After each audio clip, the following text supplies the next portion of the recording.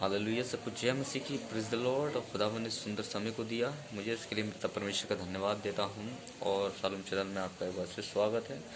और खुदावंद ने मुझे कुछ रेवलेशंस को दिया इस अकाल के समय, इस महामारी के समय, और उन्हीं रेवलेशंस को मैं आपको बताना चाहूँगा किस तरीके से खुदावंद ने यीशु ने मुझे इस वचन के द्वारा इस रेवलेशंस को उंडेला मेरे ऊपर, कि मैं आपको बता सकूँ हालेलुया, कि जिस रेवलेशन के द्वारा मैं आशीषित हुआ हूँ उस रेवलेशन के द्वारा आप भी आशीषित हुए हैं हालेलुया।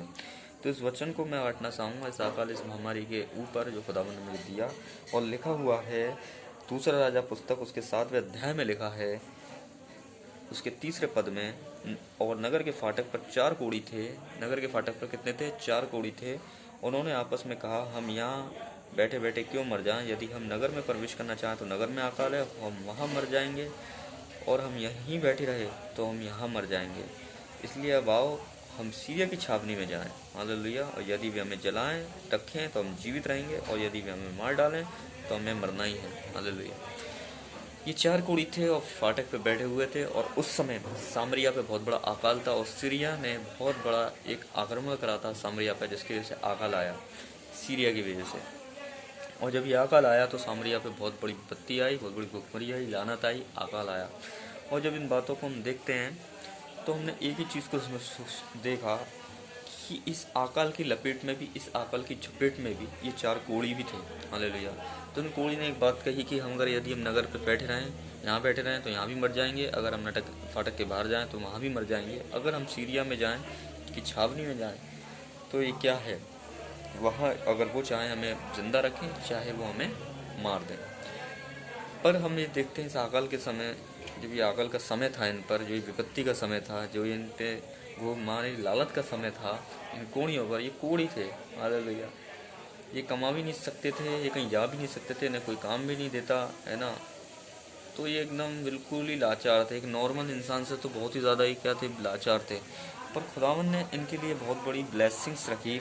इनकी दुर्बलता को देख के, ये परमेश्वर ने इनकी कमज़ोरी को देख के, जिनका कोढ़ था, इनकी बीमारी थी, उस कमज़ोरी को देख के परमेश्वर ने इनके लिए बहुत बड़ी आशीष रखी। इस अकाल में भी उसने इनके लिए एक बहुत बड़ी भरपूरी रखी कि जब ये सीरिया में पहुँचे तो सीरिया की सेना वहाँ पे नहीं थी। सीरिया की छावनी में पहुँचे तो सीरिया की सेना नहीं थी, क्योंकि परमेश्वर ने सीरिया की सेना को कोलाहल सुनवाया था, एक बड़ा कोलाहल सुनवाया था, एक बहुत जोर से ध्वनि और एक आवाज़ को सुनवाया था, एक डरावनी आवाज़ को सुनवाया था, जिससे वो अपने घोड़ों, रथों को और अपने खाने पीने के सामान को, सोना चांदियों को वहाँ रख के छोड़ गए थे, और वो वहाँ से डर के मारे भाग गए अपनी छावनी को छोड़ के।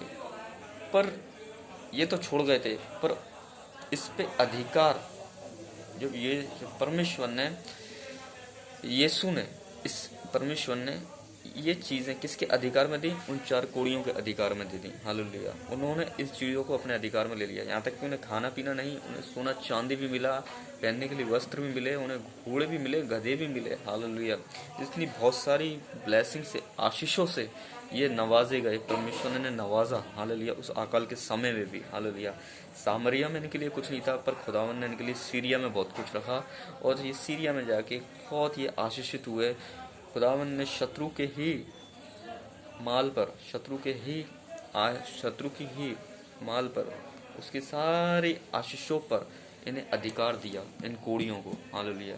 मगर क्यों दिया? क्योंकि इनकी कमज़ोरी और इनकी दुर्बलता को देख के परमेश्वर ने इन्हें अकाल में भी भरपूर रखा। क्योंकि भजन संहिता 37:19 बोलता है कि वे अकाल के दिनों में भी हमें क्या रखेगा? भरपूर रखेगा।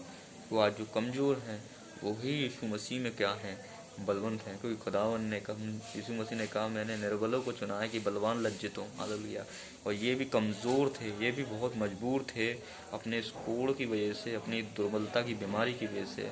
इस कमज़ोर घड़ी में परमेश्वर ने इन 4 कमज़ोरों को चुना हालेलुया, और इनके लिए बहुत बड़ी साकल के समय में भी खुदावन ने, यीशु ने इनके लिए आशीष को रखा। तो मैं यही बता चाहूँगा, आज आप तक कमज़ोर हैं हालेलुया, तो अपने आप को कमज़ोर ना समझें कि इस कमज़ोरी में भी परमेश्वर, इन अकाल के दिनों में भी खुदावन यीशु, वहाँ महामारी के दिनों में भी, इस कोविड-19 के समय में भी खुदावन यीशु आपको खिला सकते हैं और आपके लिए बहुत बड़ी ब्लेसिंग्स को रख सकते हैं उन 4 कोढ़ियों की तरह।